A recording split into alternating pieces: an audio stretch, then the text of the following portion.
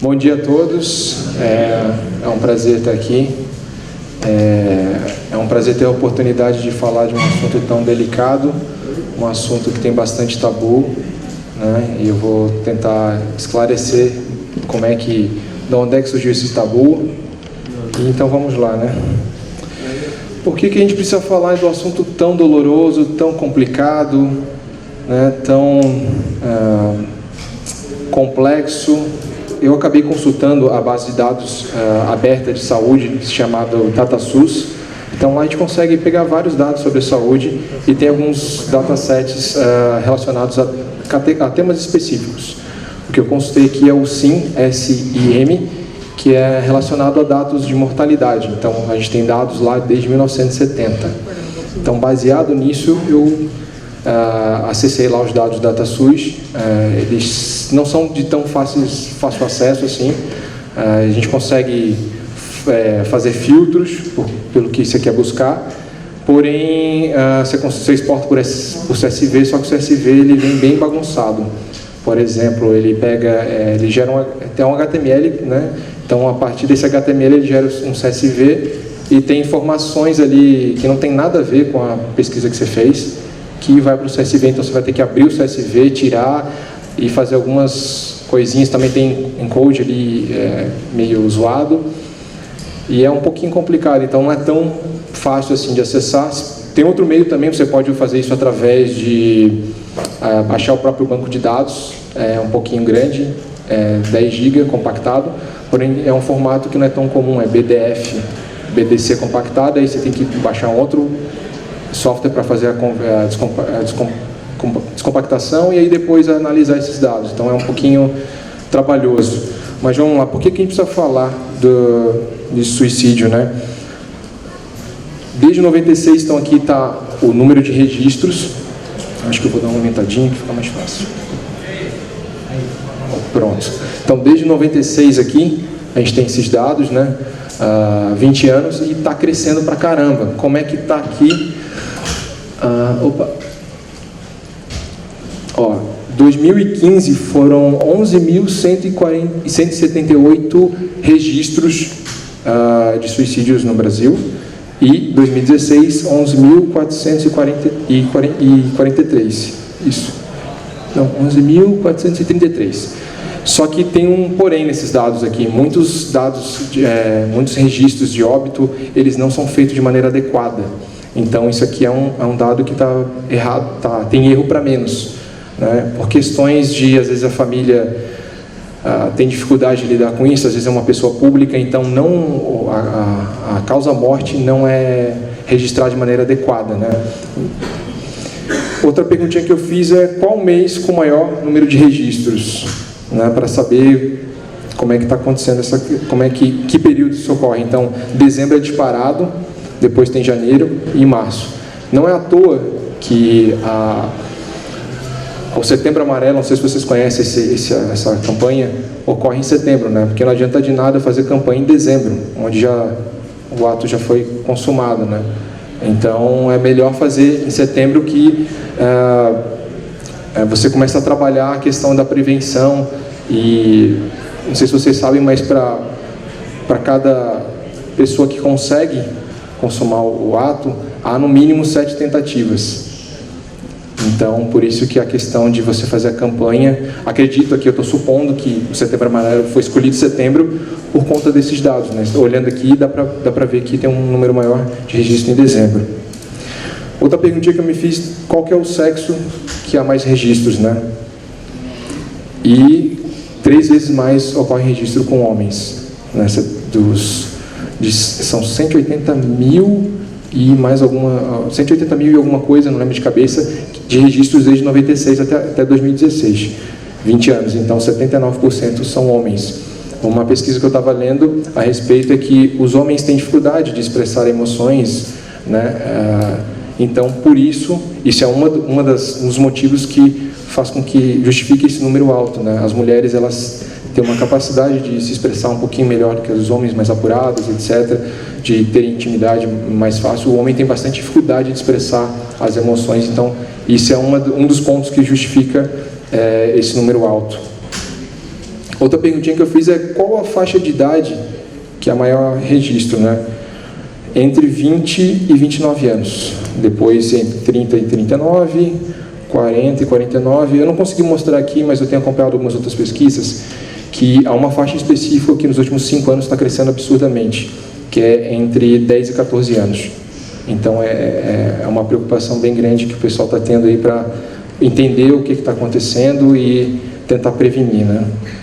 Aí, segundo o IBGE, a definição de cor e raça, baseado nisso eu também consegui buscar lá o registro. Então, 50,14% é raça branca, né, cor branca, depois 32% parda, aí depois tem preta 4,91% e tem as outras aqui. Então, a ideia não é traçar um perfil, é só entender como é que está essa relação de registros para a gente ver. E é basicamente isso. Deixa eu voltar aqui para a apresentação. Então, por isso que a gente precisa falar de suicídio, porque está crescendo bastante no Brasil e no mundo. Ixi, cadê você? Aqui. Pronto. Basicamente por isso. Mas tem uma notícia boa. Segundo a Organização Mundial de Saúde, 90% dos casos são preveníveis. Você consegue prevenir. Por que isso? Porque eles estão ligados a doenças psicopatológicas que têm diagnóstico, que a gente consegue diagnosticar precocemente, que é a depressão, transtorno bipolar, síndrome do pânico. Então, sim, a gente consegue prevenir, a gente consegue evitar. Mas como é que a gente faz isso? Bom, a Organização Mundial de Saúde tratou outras doenças como AIDS, alguns tipos de câncer, com informação. É o principal meio, informar, né? Mas suicídio ainda é tabu. Por que ainda é tabu? 1774, esse alemão, o Goethe, ele lançou um livro chamado Sofrimentos do Jovem Werther. Basicamente, o livro é um romance, onde Werther se apaixona por uma moça, o amor é correspondido, porém, na época, havia essa questão de casamento arranjado, né, da família e tal, e a família da moça não queria que eles se casassem. Então, arrumou um casamento para ela. Werther ficou extremamente desiludido e, no alto da desilusão, ele atentou contra a própria vida. Esse livro foi publicado.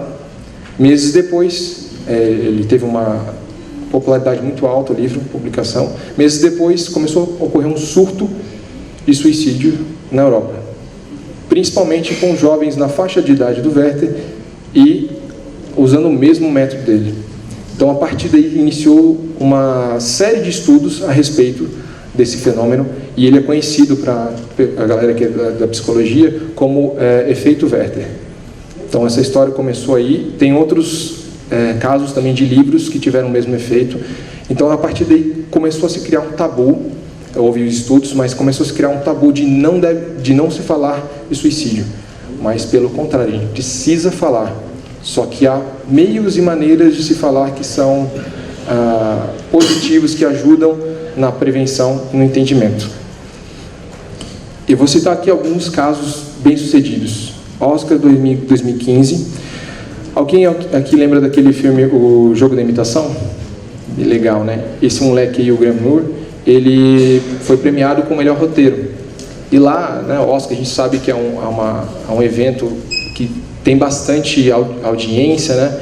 Então o mundo inteiro para ver o Oscar, e ele fez um golaço quando ele foi receber o prêmio dele, porque ele foi lá e relatou, compartilhou com todo mundo um drama que ele viveu aos 16 anos, que ele atentou contra a própria vida porque ele se sentia esquisito, ele não se sentia encaixado no mundo, ele tinha essa dificuldade, e aí ele dedicou o prêmio dele às pessoas que lutassem pela vida. Então, percebam que aí ele falou do que aconteceu com ele, falou sobre suicídio, mas ele deu esperança, né? Ele foi representou, ele foi um porta-voz da galera que tem essa idade, que se sente dessa maneira e que ele conseguiu superar, que ele também buscou ajuda. Então foi um golaço, né? Porque ninguém esperava uma cerimônia do Oscar e etc. E não é todo dia que a gente tem espaço para falar sobre isso na mídia, justamente por conta do tabu.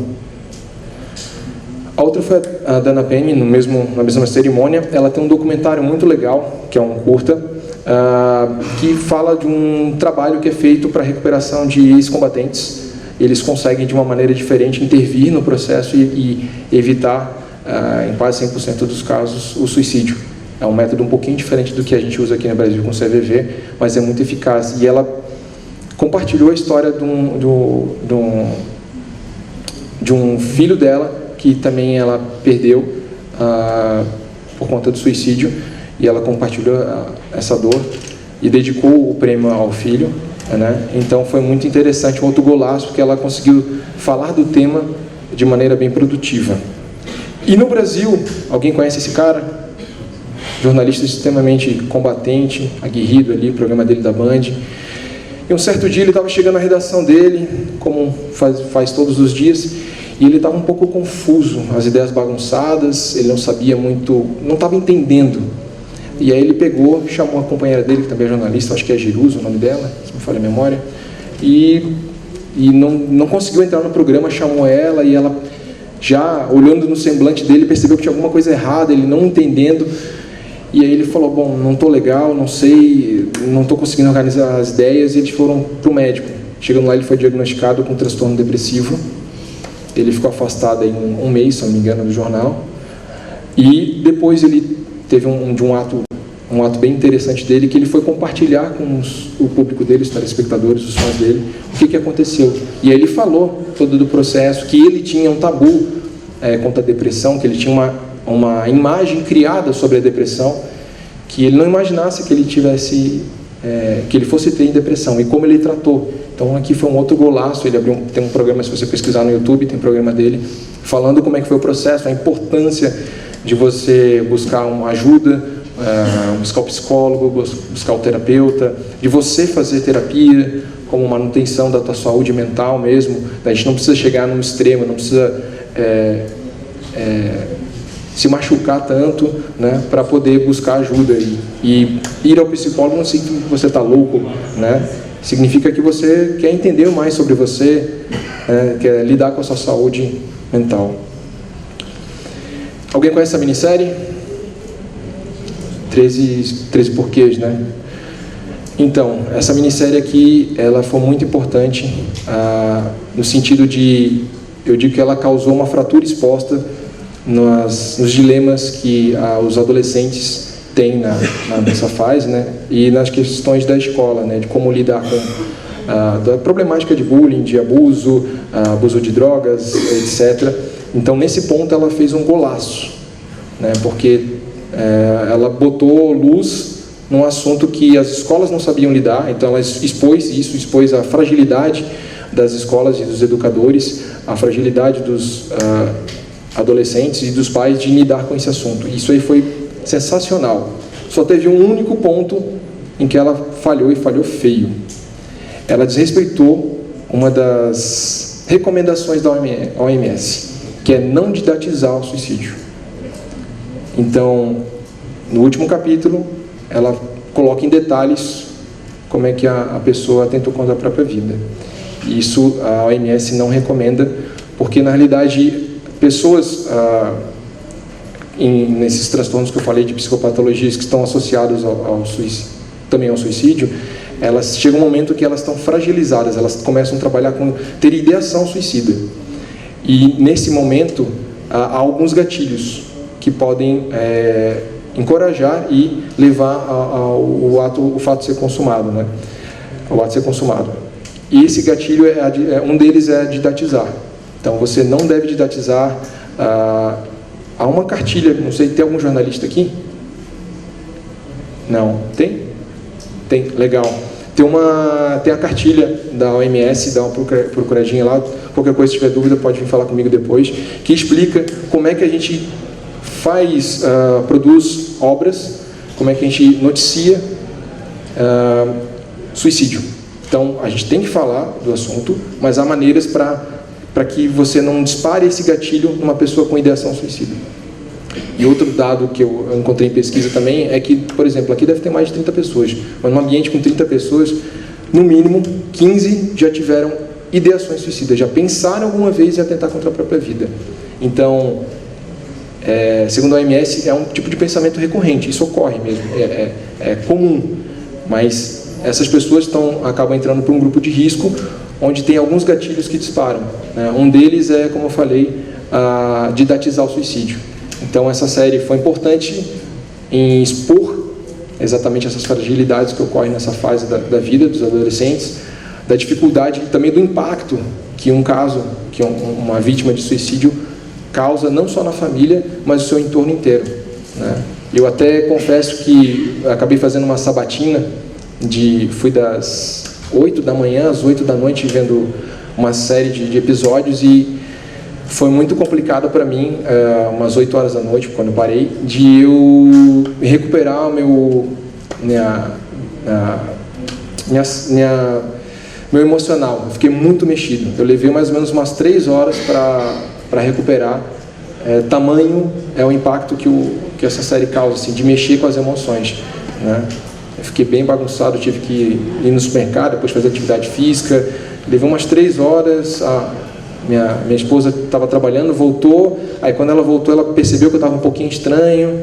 E aí a gente foi falando de outros assuntos, eu fui ficando melhor. Mas é uma série bem impactante quanto a isso. E o único ponto fraco dela é exatamente isso, que ela didatiza. E em nenhum momento também ela botou avisos, ela botou avisos, mas ela não se preocupou com isso, né? O bacana é que desde a segunda temporada já tem alguns cuidados, né? Tem até um caso de suicídio na segunda temporada, se me falha a memória, que daí eles não botaram como. Já foi acho que já reveram os conceitos ali, teve bastante crítica em relação a isso. Então, diante de uma pessoa com risco de suicídio, o que a gente não deve fazer segundo a OMS, segundo o CVV? Condenar e julgar. Isso é uma covardia, é loucura, é fraqueza. Não é fraqueza. Há uma diferença bem grande. Vocês perceberam na palavra que eu usei? Fragilidade. É diferente de fraqueza. Totalmente diferente. Então não é fraqueza. Banalizar. É por isso que tu quer morrer? É por essa coisinha que tu quer atentar contra a própria vida? Já passei por coisas bem piores e não me matei. Não é legal. Não é assim que a gente tem que lidar quando percebe alguém que está diferente, que está isolada, que não está se comportando ou interagindo com as pessoas como normalmente faz. Opinar, né? Você quer chamar a atenção, te falta Deus, né? Ou falta vergonha na cara. Não é legal. Não é assim que a gente lida com pessoas que estão em processo de ideação ou estão em grupo de risco. Dar sermão. Tantas pessoas com problemas maiores e... segue em frente, cara, isso é só um negocinho, não vai dar nada. Não é legal fazer isso. E frases de incentivo, né? Levanta a cabeça, deixa disso, pensa positivo, a vida é boa. Não. E em alguns casos, né, a grande maioria, as pessoas não estão pensando em atentar contra a própria vida. Elas estão tentando interromper a dor, que é um processo de dor muito forte. Uma dor que pode ser até insuportável. Por isso da importância do trabalho do CVV, que o trabalho do CVV é um trabalho de escutatória. A gente tem curso de oratória, a torto direito aí, mas a gente não tem curso de escutatória. É uma escuta ativa, onde não julga. Mas aí vocês podem me perguntar, mas o cara não tem pai, mãe, esposa, marido, não dá para conversar com alguém próximo? Não é bem assim. Às vezes a gente tem coisas que a gente tem vergonha, ou não sabe nem como falar para a pessoa mais próxima. E aí que entra o trabalho do CVV, porque são pessoas anônimas. Então, fica muito mais fácil você falar para alguém que você não vai ver, não tá nem vendo, só está ouvindo a voz, não vai ter contato depois, não vai conviver, porque, querendo ou não, inconscientemente, a gente acaba julgando quando alguém vem falar com a gente, alguém próximo. Então, por isso o trabalho e a importância do trabalho do CVV. Esse número aqui é 188, é gratuito, é 24 horas, 7 dias na semana. Está querendo conversar, está estressado, não tem quem conversar, liga para lá. Ou conhece alguém que está tendo dificuldade, às vezes a pessoa não tem grana para fazer uma terapia, etc. Conversa com o pessoal do CVV. Eles não vão fazer nenhuma sugestão, é só escutatória. Mas o trabalho deles é sensacional. E conheçam. Sobre suicídio, pessoal, sobre esse tema tão delicado, é isso. Eu agradeço imensamente a presença de todos aqui e estou aberto a dúvidas. Obrigado.